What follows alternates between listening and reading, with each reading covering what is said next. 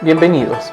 Nos adentraremos ahora un poco en la propuesta de analizar los procesos de diseño y desarrollo de los perfiles de egreso. Debemos recordar que tenemos una tipología variada de perfiles, donde al menos identificamos el perfil profesional, lo cual involucra una organización en competencias, unidades de competencias y luego tareas de desempeño en relación al buen desempeño de un profesional, de un área de especialización de acciones o tareas de trabajo.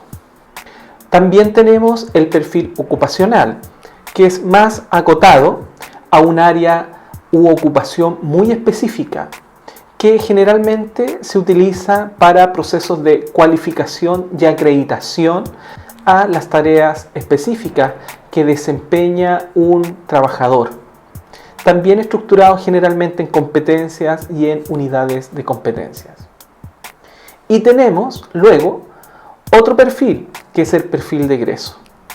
El perfil de egreso en realidad es una traducción formativa del perfil profesional.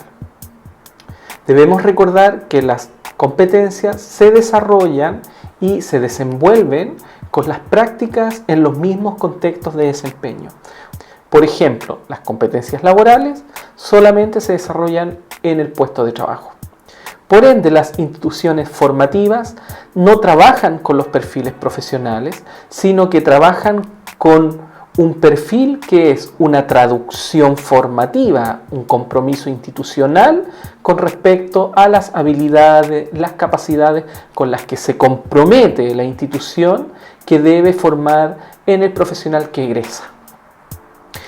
Y tenemos diversas modalidades. En general, los perfiles de egreso están estructurados en competencias y unidades de competencias, pero también tenemos algunos perfiles de egreso que están estructurados como núcleo en las habilidades, destrezas o capacidades, inclusive en aprendizajes esperados.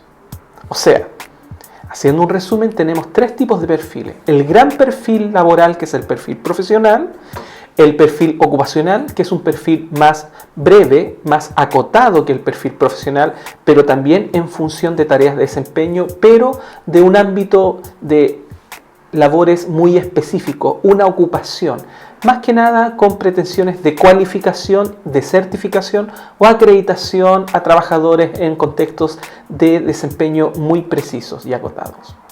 Y por último, el perfil de egreso, que es la traducción formativa o pedagógica del perfil profesional, que es el que realmente desarrolla y se compromete a forjar la institución educativa en sus estudiantes. El perfil de egreso se expresa en competencias, en capacidades o inclusive en aprendizaje esperado. Tenemos diversos modelos y hay instituciones que hablan de los perfiles de egreso a partir de la organización de aprendizaje esperado.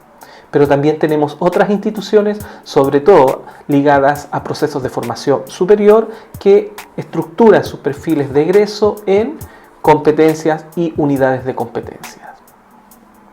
Cada unidad de competencia o aprendizaje esperado de egreso corresponde entonces a una área de competencia específica. Entonces, es sumamente importante establecer una desagregación de áreas de competencia. Estas áreas de competencia entonces son los ámbitos profesionales en los que debe desempeñarse el egresado, es decir, las áreas sobre las cuales podrá desempeñarse y desarrollar sus tareas satisfactoriamente. El desarrollo de un perfil de egreso involucra un proceso que al menos comprende tradicionalmente 4 etapas. La primera etapa es el estudio de referentes, que tiene que ver con esta mirada que ya hablamos en la sesión anterior sobre si la vamos a hacer de arriba hacia abajo o si la vamos a levantar de abajo hacia arriba. Todos los tipos de referentes que tengamos, documentales, normativos, legales, desde el contexto de trabajo, sociales, del contexto de desempeño, en fin. Una segunda etapa que es identificar las áreas de competencia, o sea, establecer las grandes líneas de desempeño, o por así decirlo, las competencias que son los núcleos de la actividad en la cual se define el perfil. También una desagregación, dependiendo del modelo, en aprendizajes esperados. Luego una tercera etapa, que es la definición de las competencias de egreso. Y finalmente, la cuarta etapa, una vez que ya se han delimitado las competencias, es identificar los saberes en función de cada competencia.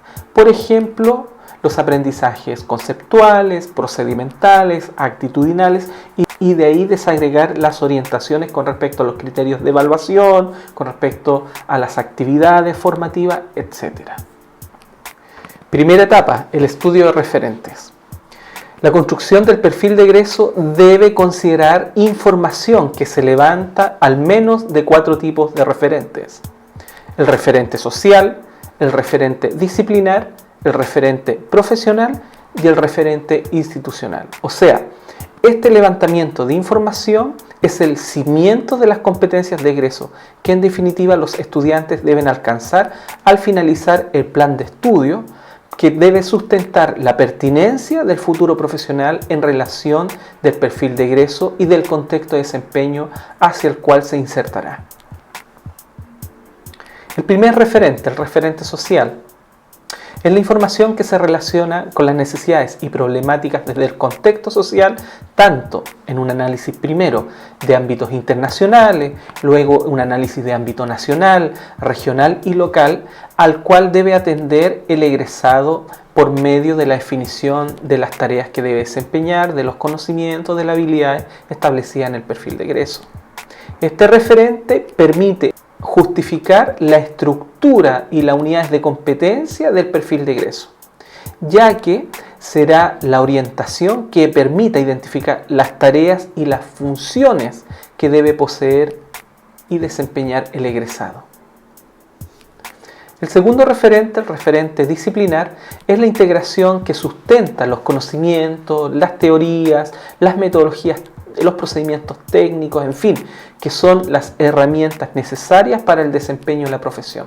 Por ejemplo, si estamos frente a un perfil de un especialista en electrónica, todos los fundamentos de electrónica, de física, de los componentes, todo el conocimiento duro, que es el cual se identifica desde la disciplina misma, así como sus procedimientos, etc. Este referente es el que permite analizar el estado del arte de la disciplina, comenzando por un análisis internacional, nacional, regional y local.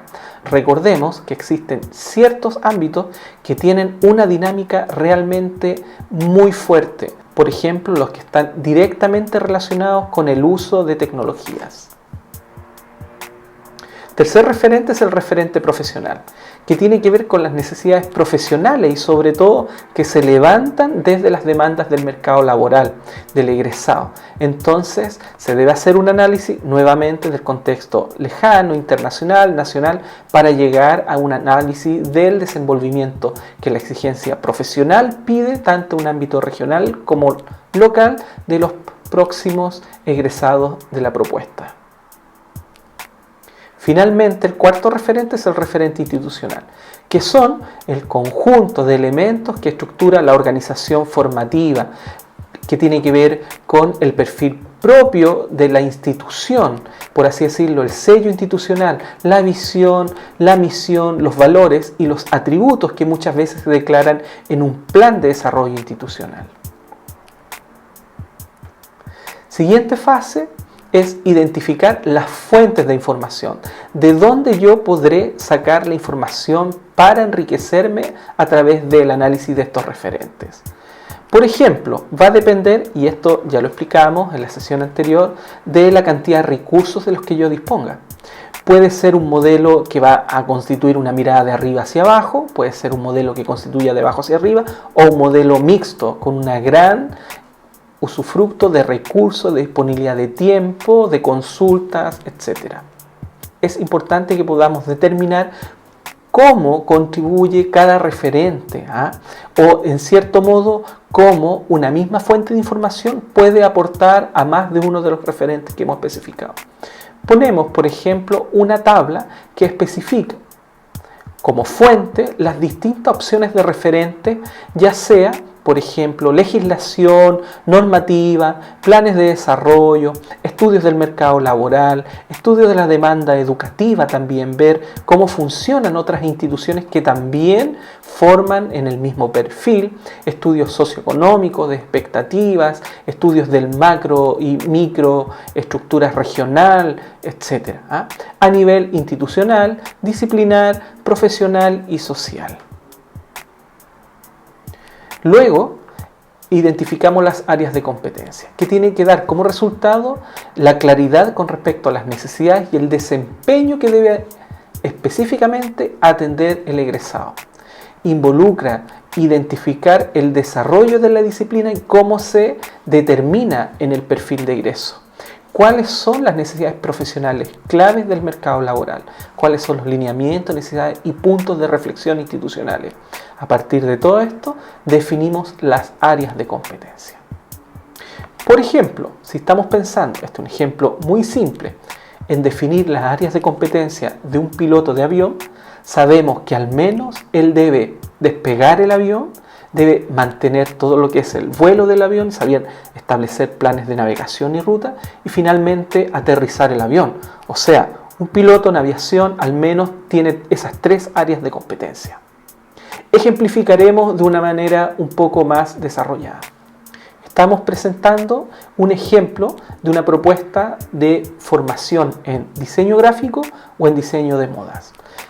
Las áreas de competencia entonces son las líneas de desempeño focales que involucran este perfil. Por ejemplo, en el caso del diseño gráfico, podríamos organizar que las áreas principales serían la publicidad, el desempeño en comunicaciones, la producción visual, la fotografía, la solución de proyectos, de propuestas y la producción industrial.